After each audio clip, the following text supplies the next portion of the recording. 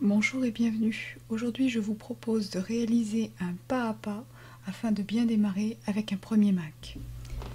Donc, au premier démarrage, il faut tout d'abord déterminer la région dans laquelle vous vous trouvez.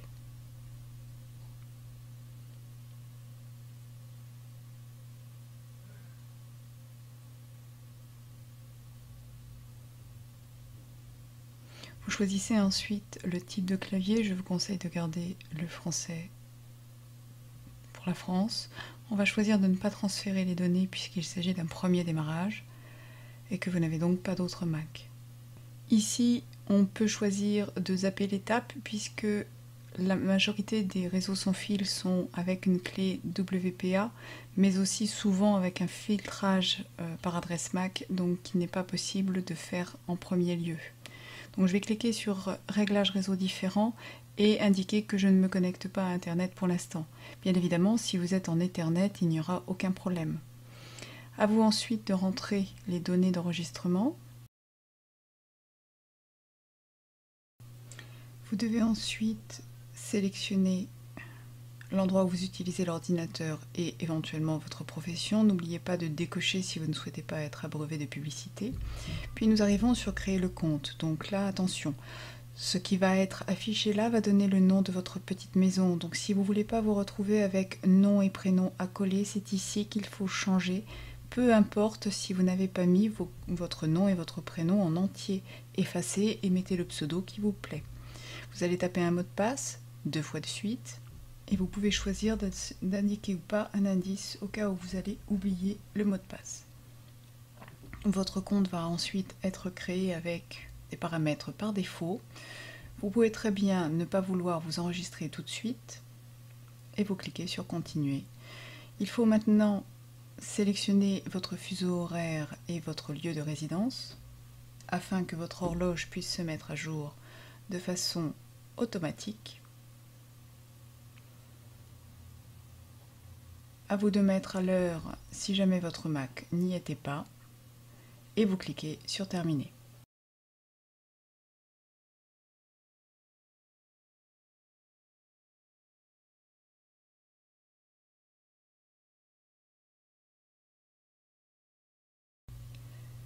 Nous voici sur le bureau, donc il va falloir maintenant nous occuper de la connexion Wi-Fi.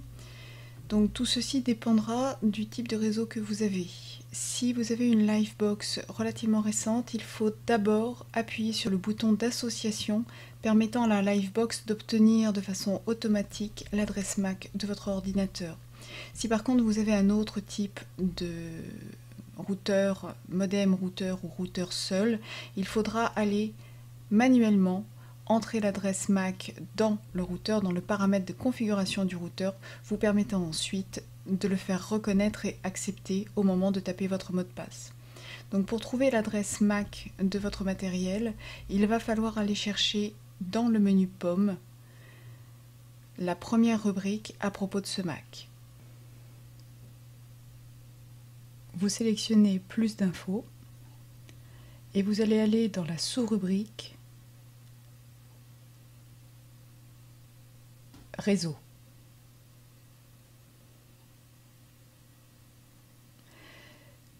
À l'endroit du flouté, vous avez une adresse MAC qui se compose de 12 lettres et chiffres de type 00, 2 points, une lettre, un chiffre, 2 points et ainsi de suite. C'est ceci qu'il va falloir renseigner au niveau du routeur dans le paragraphe des adresses MAC. Une fois que c'est fait, vous n'avez plus qu'à taper votre mot de passe après avoir sélectionné votre réseau.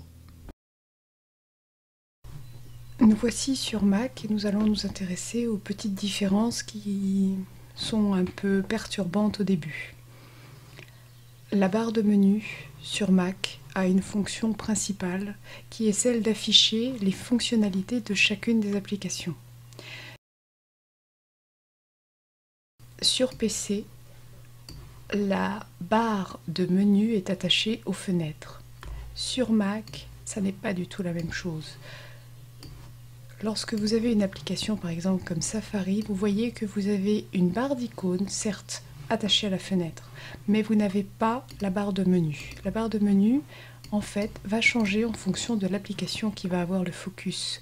Si vous souhaitez enregistrer un fichier, il faudra cliquer pour mettre votre application en premier plan, puis vous aurez la barre de menu. Deuxième différence notable est les fonctionnalités des boutons ici et ici par rapport à Windows. Lorsqu'on clique sur le bouton de restriction de la fenêtre, elle glisse dans la barre de menu et on peut réappeler l'application. Pour ce qui est du Mac, c'est exactement la même chose. Cette fonctionnalité-là est équivalente, néanmoins l'application, elle, ne va pas glisser dans la barre de menu, mais dans le dock. Le bouton rouge ne sert pas à fermer l'application, contrairement au bouton rouge de Windows. Le bouton rouge sert à fermer la fenêtre. Si vous avez ainsi deux fenêtres Safari, le fait de cliquer sur le bouton rouge ne va pas fermer Safari, mais simplement la fenêtre qui était ouverte. Votre application est toujours en cours d'utilisation puisqu'elle est signifiée avec un petit point ici. Si vous êtes sous Tiger, vous avez un petit triangle noir à côté de l'application. Méfiance donc, car vous pouvez vous retrouver très rapidement avec beaucoup d'applications ouvertes si vous avez simplement cliqué sur le bouton rouge. Dernière chose, le bouton de plein écran sur Windows n'a pas d'équivalent sur Mac. En effet, le bouton vert que vous avez sur les fenêtres des applications Macintosh ne sert pas à faire du plein écran, mais plutôt à adapter l'affichage de votre fenêtre au contenu de la fenêtre. Ainsi, vous voyez qu'elle s'adapte à la largeur de la page que j'ai visitée et non pas à un passage en plein écran. Dans le même ordre d'idées, vous n'avez pas de menu démarrer. Sur Mac, vous avez un menu pomme. Ce menu pomme regroupe d'une part les fonctionnalités de mise à jour de logiciels, la bibliothèque système, les préférences système que nous verrons plus tard, les éventuels réglages de positionnement du dock, mais aussi la fonction CTRL-ALT-SUPR que nous verrons tout à l'heure, et les boutons de redémarrage, de suspension d'activité et d'extinction qui sont directement disponibles. Le dock, lui, est un petit peu l'équivalent de votre barre de lancement rapide sur Windows. Il vous permet de faire glisser ici des raccourcis vers vos applications les plus fréquemment utilisées, en sachant que massivement, ce qui est au démarrage du Mac sont toutes les applications livrées de façon standard, à savoir les applications iLife et Safari, Mail, etc., que nous verrons un petit peu plus tard en détail. Vous pouvez bien sûr personnaliser le dock en n'ayant bien à l'esprit que ce que vous avez dans le dock ne sont que des raccourcis, c'est-à-dire que si malencontreusement vous faites disparaître une icône, il vous suffit d'aller chercher l'application dans le dossier d'application et de la refaire glisser au même endroit. Donc là, en l'occurrence, je vais aller chercher iCal que j'ai supprimé. Et je vais refaire glisser non pas l'application mais un simple raccourci. J'attends que les icônes s'éloignent et voilà mon iCal qui est revenu. Vous voyez bien que je n'ai pas supprimé iCal mais simplement son raccourci.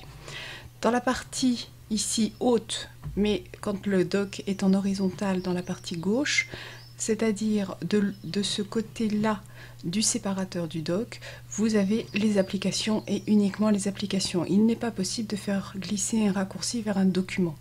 Dans la partie droite, quand il est à l'horizontale ou basse, quand il est sur le côté, à côté de la corbeille, vous avez un espace qui vous permet de créer un raccourci vers un document, vers un dossier que vous souhaitez avoir sous la main.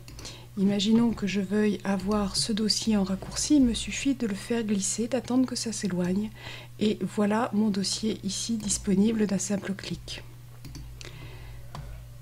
Même chose, si je ne souhaite plus l'avoir dans le dock, il me suffit de l'enlever. Encore une fois, mon dossier n'a pas été déplacé. Les fonctionnalités de copier-coller se font sur Mac en remplaçant la touche CTRL par la touche commande qui est la touche pomme sur votre clavier. Ainsi, un copier-coller sur PC se fait par la commande CTRL-C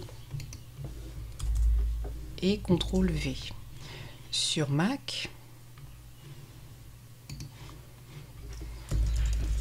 vous allez faire pomme C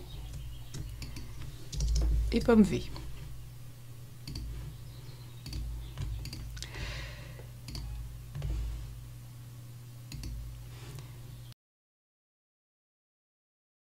Comment savoir ce que vous avez dans votre ordinateur? Comment savoir la configuration et le réglage? Bref, où est l'équivalent de votre configuration? Sur Mac, il s'appelle Préférences système. C'est ici que vous avez regroupé sur une seule et unique fenêtre tous les paramétrages des fonctionnalités de votre Mac. Ainsi, vous retrouvez les réglages des souris, les réglages du dock, le positionnement du bureau, les onglets de réglage du matériel Bluetooth, CD, DVD, etc. Vous retrouvez également les réglages des imprimantes qui sont ici, du moniteur, et globalement tout ce que vous avez à chercher sur votre Mac. Pour connaître donc votre système et savoir qu'est-ce qui est installé, quel matériel, quel logiciel, il vous suffit d'aller dans le menu Pomme à propos de ce Mac. En cliquant sur plus d'infos, vous allez obtenir tous les détails concernant votre système installé. D'une part, toutes les applications avec leur numéro de version. D'autre part, tout votre matériel. Voilà ici la configuration globale de mon matériel, à savoir qu'il s'agit d'un dual-core, que j'ai 5 Go de mémoire et ainsi de suite. Si je me rends par exemple dans la rubrique mémoire, je vais voir la disposition de ma RAM ainsi que sa référence. Si j'ai des périphériques qui sont connectés, par exemple sur le bus FireWire ou sur le bus USB, c'est ici aussi que je vais voir. Les imprimantes raccordées à cet ordinateur vont apparaître ici et globalement vous allez trouver toutes vos applications, par exemple la fameuse adresse MAC qui est située dans l'onglet réseau que vous allez voir apparaître. Nous revoici sur le PowerBook, donc fraîchement installé, et je vais déjà mettre à jour le système. Pour ce faire, je vais dans le menu Pomme et je vais cliquer sur Mise à jour de logiciel. Comme vous pouvez le voir, l'icône saute car il y a des mises à jour disponibles. Donc je peux éventuellement afficher les détails des différentes mises à jour à effectuer. Donc là, il y en a quand même un bon petit paquet. Et il m'indique par la flèche grise les mises à jour qui vont nécessiter un redémarrage. Donc je peux bien sûr désélectionner et n'installer que ce qui ne nécessitera pas de redémarrage par exemple. Donc là je vais lancer et je vais le laisser travailler. Il me demande toujours le mot de passe. En général, pour les logiciels Apple, vous avez un contrat à accepter, puis vous le laissez télécharger. Les mises à jour ont fini d'être téléchargées, je vais cliquer sur redémarrer et laisser l'ordinateur faire son installation. Voilà donc la suite de la mise à jour logicielle. Vous voyez ici que la session a été fermée et que l'installation va se poursuivre. C'est quelque chose de nouveau. Avant, sous Tiger, l'installation se faisait au sein de la session toujours ouverte, mais pouvait poser quelques problèmes. Donc dorénavant, les grosses mises à jour ferment la session d'utilisateur avant de réaliser la mise à jour. Les mises à jour ont fini de s'installer et je vais pouvoir aller vérifier de suite si la mise à jour a bien été effectuée. Donc me voici en version 10.5.9 qui est la dernière version sortie. Comment force-t-on une application à quitter quand elle est manifestement plantée? L'équivalent du CTRL-ALT-SUPR sur Windows se trouve en fait être forcé à quitter.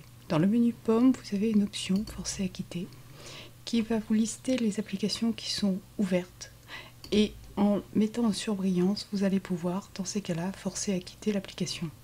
Pour ce qui est du Finder, c'est un petit peu plus particulier, le Finder étant absolument indispensable au Mac puisque c'est ce qui vous permet, tel l'Explorer Windows, de visualiser le contenu de votre Mac. Pour ce qui est donc du Finder, on ne peut que le relancer, ce qui va provoquer une disparition des icônes et du système. Et vous voyez réapparaître le petit bouton bleu qui veut dire que le Finder vient d'être remis en service. Vous pouvez appeler cette fenêtre par la combinaison de touches Commande, Option et Échappe. la touche commande étant l'ex-touche pomme. Commande, Alt et échappe. Et vous voyez que là, dans ces cas-là, je vais obtenir la fenêtre pour forcer les applications à quitter. Nous allons nous intéresser quelques minutes à l'arborescence du disque dur. Sur Windows, vous avez Program File qui va contenir une partie de votre programme. Parfois, d'autres programmes vont s'installer ailleurs. Vous avez le dossier spécifique à Windows, puis vous avez le dossier contenant les utilisateurs. Sur le Mac, c'est un peu la même chose, mais c'est rangé différemment. Vous avez d'une part tout ce qui correspond au système et qui est finalement cette zone-là, auquel il ne faut pas toucher. Vous avez le dossier utilisateur dans lequel sont rangés tous les utilisateurs. En l'occurrence, sur cet ordinateur, il y en a 3. La petite maison correspond à l'utilisateur actif et un dossier qui est un dossier partagé qui va me permettre de faire passer des documents entre les 3 comptes. Le dossier application est l'endroit où sont stockées toutes les applications. C'est un petit peu l'équivalent de Program File. La grosse différence, et vous le voyez immédiatement, c'est qu'une application sur Mac correspond simplement à une image, une icône, avec l'application représentée. Si on va se rendre dans une application, par exemple WeMaker sur Mac, vous voyez que l'application est ici, mais elle est entourée d'un certain nombre de fichiers qui lui servent de réglage. Si vous allez dans une application comme celle-ci, vous ne voyez rien d'autre. Il n'y a pas d'autres fichiers ailleurs, si ce n'est quelques fichiers de référence qui sont dans votre bibliothèque. Si vous faites un clic droit et que vous sélectionnez Afficher le paquet, vous allez alors obtenir, et on va se mettre en mode colonne, le contenu de l'application qui correspond finalement, globalement, à tout ceci. L'avantage, c'est que pour désinstaller l'application, vu qu'elle contient la totalité, il suffit de la mettre à la corbeille. Je vous invite pour cela à aller voir la vidéo sur installer, désinstaller les applications, où je vous explique tout cela en détail.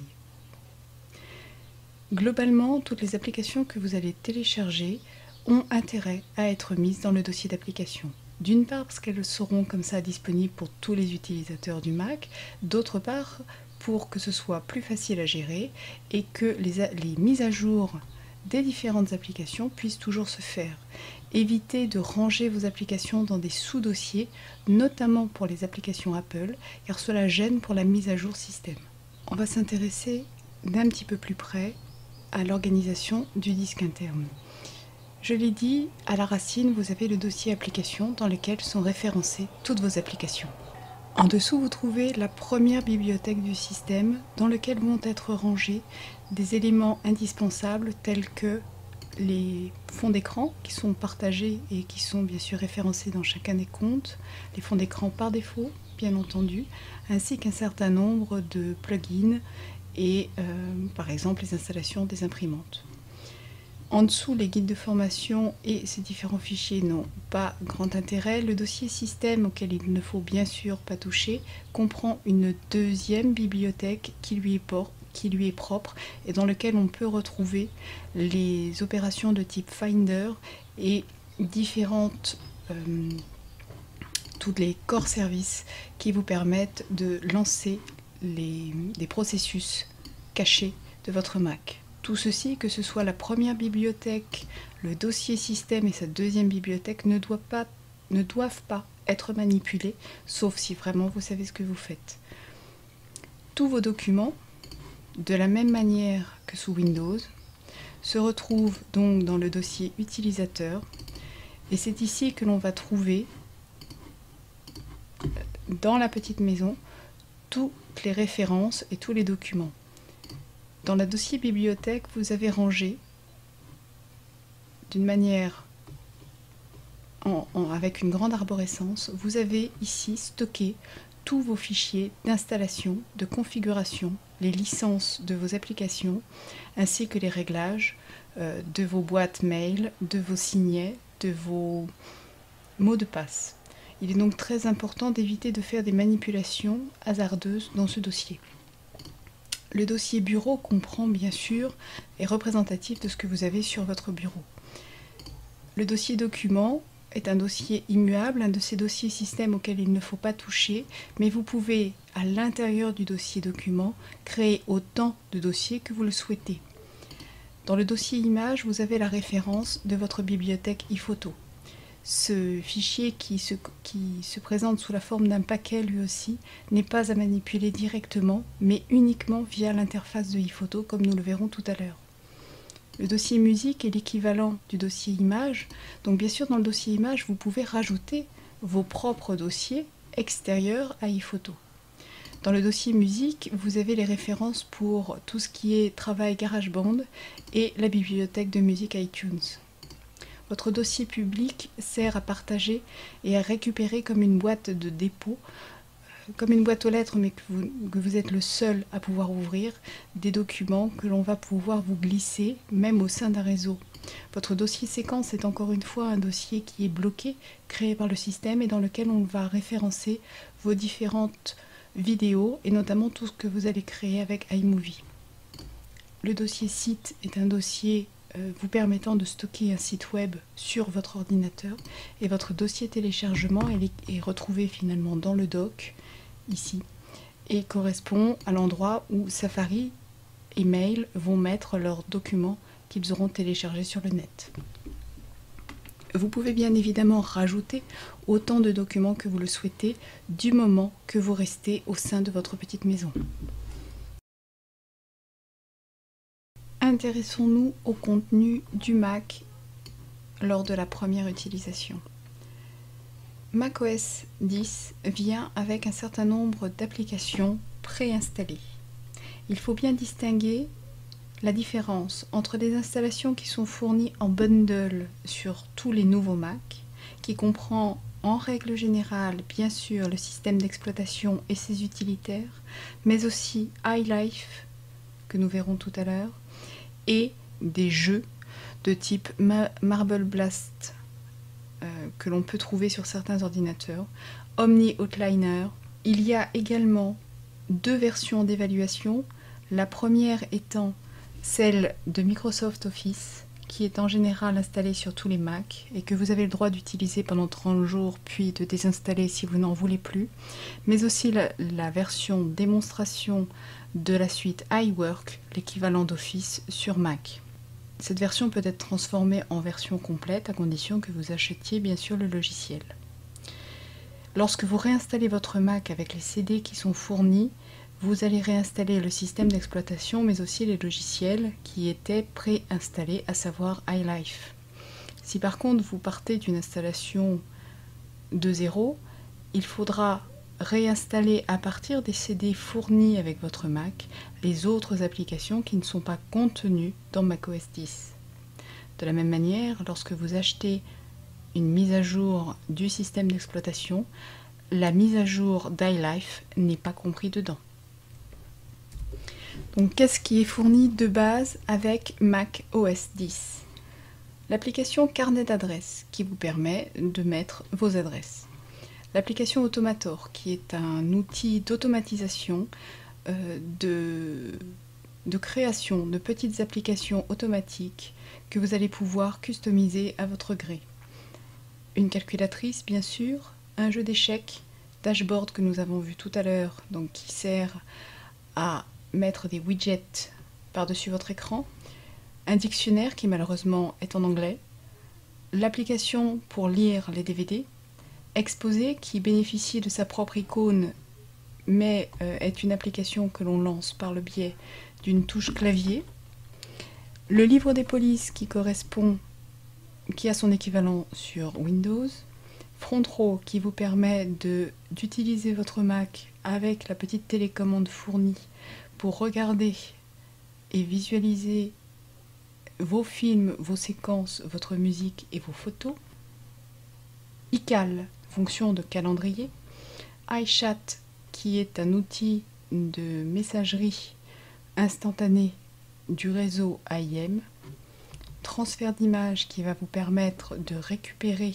des images à la fois d'un scanner mais aussi d'un appareil photo numérique, iSync qui est un utilitaire vous permettant de synchroniser sous réserve que votre périphérique soit compatible de synchroniser par exemple vos appareils, vos téléphones portables, Mail qui est l'application messagerie Mac, Photobooth qui permet de prendre des photos grâce au Mac équipé de webcam et de les déformer, Aperçu qui est le logiciel maison équivalent d'Adobe Acrobat qui vous permet de lire le PDF mais aussi les images, les BNP et tout format d'image fixe, l'équivalent de la visionneuse Windows d'images. QuickTime qui est bien sûr le QuickTime Player par défaut, il faut passer à QuickTime Pro pour avoir la fonction d'enregistrement. Safari qui est le navigateur internet Mac par défaut. Spaces, le logiciel d'aide-mémoire. Les préférences système qui correspondent au panneau de configuration sous Windows. TextEdit, l'équivalent de WordPad sous Windows. Time Machine, le logiciel de sauvegarde automatique intégré au système. Un certain nombre d'utilitaires additionnels pour le formatage de disques, la gestion des mots de passe, la récupération de données sur d'autres Mac, la gestion des bornes AirPort, le terminal bien sûr, et différentes applications système sont compris dans les utilitaires. À l'opposé, vous trouvez les applications, le pack d'applications iLife qui comprend entre autres GarageBand, logiciel pour créer de la musique, découper, faire des montages audio relativement compliqués, monter des podcasts, faire une bande son d'une vidéo, et ainsi de suite. iPhoto, qui est le gestionnaire par défaut, équivalent un petit peu à Picasa sur PC, vous permettant à la fois de décharger vos photos de vos appareils photo, mais aussi de les retoucher, de les imprimer, d'en faire d'autres choses telles que des montages de livres et de les classer. iTunes que tout le monde connaît, qui existe sur PC et qui est un lecteur de musique, mais qui servira aussi à graver vos musiques, à créer vos sonneries et ainsi de suite. iWeb qui est l'utilitaire, qui est un logiciel de création Wising de sites web, et iMovie, ici dans sa version HD, puisque ce Mac est un ancien Mac et ne supporte pas la version iMovie 08, et donc qui est un logiciel de type équivalent plus ou moins à Windows Movie Maker, qui vous permettra de créer des films à partir d'un caméscope, mais aussi à partir de captures faites de votre iSet. Et pour finir, nous avons iDVD, qui vous permettra de mettre vos projets films sur DVD avec des menus et des diaporamas et ainsi de suite. Lorsque l'on vient du monde PC, il y a de grandes probabilités pour que l'on ait pris l'habitude d'utiliser et de visionner, voire de stocker sa musique dans des formats probablement propriétaires Windows. S'il vous reste encore un PC, essayez de transformer votre musique via iTunes et de la recompresser en AAC ou en MP3. Même chose pour ce qui est des petites séquences ou des films que vous aurez visionnés, essayez de les transformer dans un format de type MOV que QuickTime va pouvoir ouvrir facilement. Néanmoins, si vous avez besoin de pouvoir lire les formats Windows, il y a 2 codecs indispensables à installer auparavant. Ces codecs dont vous allez trouver la référence directement sur le site Débuter sur Mac, dans la rubrique des coups de cœur, vous allez trouver tout en haut de la page les codecs qui se nomment Perian et Flip4Mac. Ce sont des additifs permettant à QuickTime de lire les formats spécifiques à Windows et certains formats un petit peu exotiques. Donc il vous suffit de cliquer dessus pour vous retrouver sur la page et ensuite de télécharger le codec lui-même.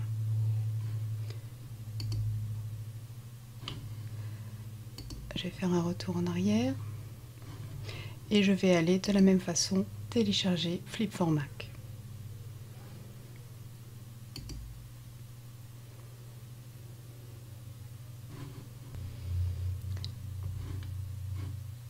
Pour Flip4Mac, vous vous retrouvez sur cette page, il faut ensuite cliquer sur télécharger.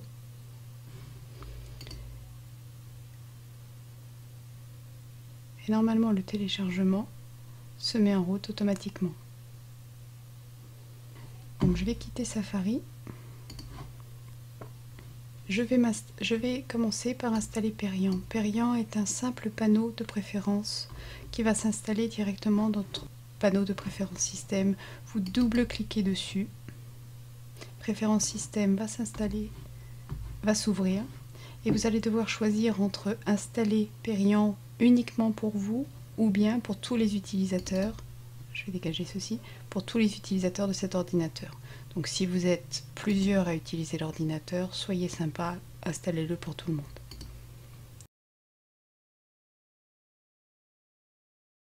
Bien évidemment, il faut vous authentifier.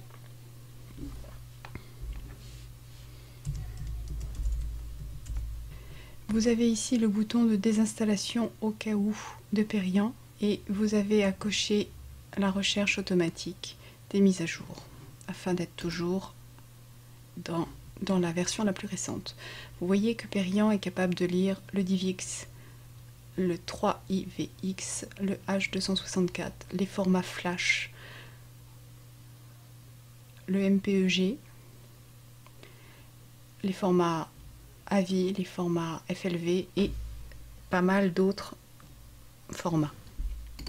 Je vais retourner à tout afficher et je vais aller chercher Flipformac qui s'était ouvert tout à l'heure. Donc je vais cliquer sur continuer. Flipformac a une forme payante qui vous permettra de recompresser dans le format Windows. Néanmoins, la version gratuite vous permet au moins de lire ces formats sans être obligé d'acheter. Donc vous allez cliquer sur continuer. Vous acceptez la licence. Vous sélectionnez votre disque dur de démarrage. En l'occurrence ici, le disque dur s'appelle sans titre. Vous cliquez sur continuer. Et bien sûr, vous vous authentifiez. De la même manière, il va installer un panneau de préférence. Et une fois que l'installation a réussi, vous vous retrouvez normalement avec un nouveau système, une nouvelle icône sur vos préférences système qui correspond à Flipformac. Ici, vous pouvez rentrer le numéro de licence si vous avez décidé de l'acheter. Encore une fois, pour avoir le player, il n'y a pas besoin de débourser quoi que ce soit. Et globalement, vous n'avez pas grand-chose à faire si ce n'est de sélectionner le type de recherche de mise à jour que vous souhaitez. Et voilà. Équipé de ces deux codecs, vous devriez pouvoir aller sur internet et regarder les vidéos sans gros soucis, mais aussi pouvoir lire les fichiers que vous allez importer de votre PC sans aucun problème. macOS X comprend quelques particularités qui n'ont pas d'équivalent sur Windows. D'une part, Spotlight, que l'on peut appeler par un raccourci clavier, et qui est en fait une zone de recherche sur votre Mac. Elle en a une équivalence sur Vista, avec une zone de recherche. Donc là, il vous suffit de taper ce que vous cherchez, et vous allez voir au fur et à mesure apparaître les différents éléments qui peuvent correspondre à ce que vous cherchez. Vous pouvez bien évidemment voir et chercher des images, des fichiers particuliers. Si vous tapez l'extension, par exemple, si je fais .png, je vais obtenir dans ces cas-là tous les éléments qui vont comprendre .png. Spotlight est capable de chercher au sein des mails, au sein des documents PDF sous réserve qu'ils soient indexables, c'est-à-dire non pas des images, mais bien des fichiers PDF texte plus images, mais aussi au sein des fichiers Word, Pages, Keynote et de toute la suite Office. En dehors de Spotlight, vous avez quelque chose qui s'appelle Dashboard. Dashboard, on peut l'appeler par le bouton central de la souris si vous avez une Mighty Mouse, mais aussi par ce bouton dans le dock. Le bouton la zone Dashboard est une espèce de deuxième écran sur lequel vous allez pouvoir glisser des widgets. Ce sont des espèces de petites applications web que vous allez pouvoir customiser bien sûr à votre guise et télécharger sur le net. Je vais par exemple pouvoir ajouter des post-it, un accès au carnet d'adresses, une horloge et ainsi de suite. Je peux les supprimer en appuyant sur la petite croix. Pour quitter cette interface, il suffit de recliquer soit sur l'icône, soit au milieu du bureau. Dashboard peut être appelé quelle que soit l'application qui est par-dessus et ne nécessite que quelques secondes pour se mettre à jour. La deuxième grande particularité est Exposé. Comme le Mac est prévu pour être une application multi-fenêtres avec de nombreuses choses habituellement ouvertes,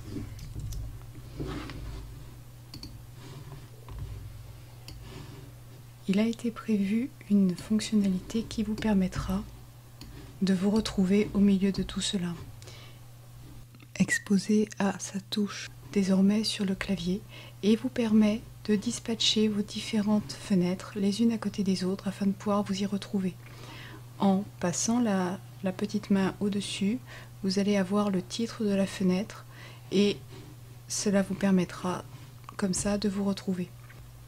La fonction exposé va un petit peu plus loin car si vous combinez les deux touches, à savoir la touche pomme et la touche exposé qui se trouve être la touche F3 sur les nouveaux claviers,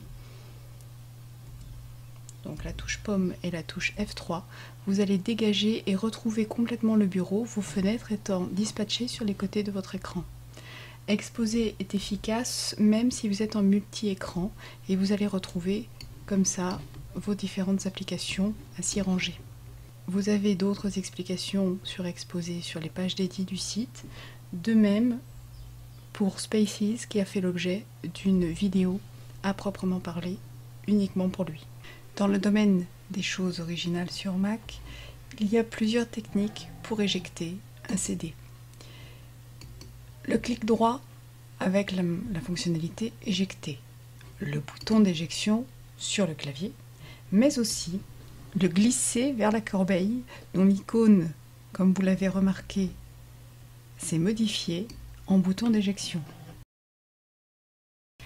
Ce genre de petites choses, vous allez les rencontrer très souvent sur Mac. Il s'agit des images disques. Une image disque est un disque virtuel qui contient en général une application que vous avez téléchargée sur Internet. De la même manière, votre application est à l'intérieur de l'image disque et, suivant les cas, se présente sous la forme d'un paquet ou bien de l'application elle-même qu'il faudra glisser dans votre dossier application. Il est important d'éjecter ce disque virtuel. Si vous faites monter une clé USB ou un disque dur, vous allez obtenir des choses équivalentes. Pour la clé USB ou bien pour la carte mémoire d'un appareil photo, vous obtiendrez également une icône d'image disque. Il est important de ne pas arracher sans éjecter ces images car vous risquez de provoquer des pertes, notamment dans le cadre des clés USB. Pour ce qui est des disques durs, la même chose, il est important de déconnecter d'abord de façon logicielle, c'est-à-dire par le biais de l'interface, et de faire une éjection avant de retirer le périphérique. Vous aurez probablement entendu parler des applications tournant sous Rosetta. Depuis pas loin de 2 ans, les Mac sont passés sous processeur Intel et étaient auparavant sous un processeur différent qu'on appelle PPC. De cette époque des ordinateurs PPC, nous avons hérité d'un certain nombre d'applications qui ne peuvent tourner que sur cette plateforme. Pour éviter des problèmes d'incompatibilité avec les Mac Intel, il a été créé une application que vous ne verrez pas, qui est un service caché de macOS X et qui vous permet de lancer de façon transparente des applications PPC sur une plateforme Intel. J'ai sur ce Mac une application. Vous allez voir donc effectivement les ex-applications d'Office étaient des applications PowerPC. Vous voyez que dans la liste de mes applications, je vais avoir l'indication PowerPC. Contrairement à par exemple Mail, qui est une application dite universelle. Pour savoir si votre application va tourner via Rosetta, vous pouvez faire un POM plus I sur l'application en question qui vous permettra d'obtenir les informations. Nous allons aller regarder ça immédiatement. Je vais ouvrir une application quelconque. Je vais donc faire un clic droit et cliquer sur lire les informations ou faire POM et I. À ce moment-là, il est écrit ici application universelle. Vous aurez sur les sites, quand vous téléchargez, l'indication UB. Dans ces cas-là, votre application va tourner à la fois sur ordinateur PPC, mais aussi sur ordinateur Intel. Donc il n'y aura pas de problème. Si vos applications sont uniquement PowerPC, donc PPC, elles vont donc tourner via Rosetta, ce qui ne posera pas réellement de problème, si ce n'est que Rosetta, comme tout émulateur, a besoin d'énormément de mémoire et va tout de même provoquer un certain ralentissement. Il est donc préférable, si vous avez un Mac Intel, d'essayer d'obtenir toujours des applications UB. Voilà, ce sera tout pour aujourd'hui. Pour ma part, je vous retrouve bientôt. Bye bye!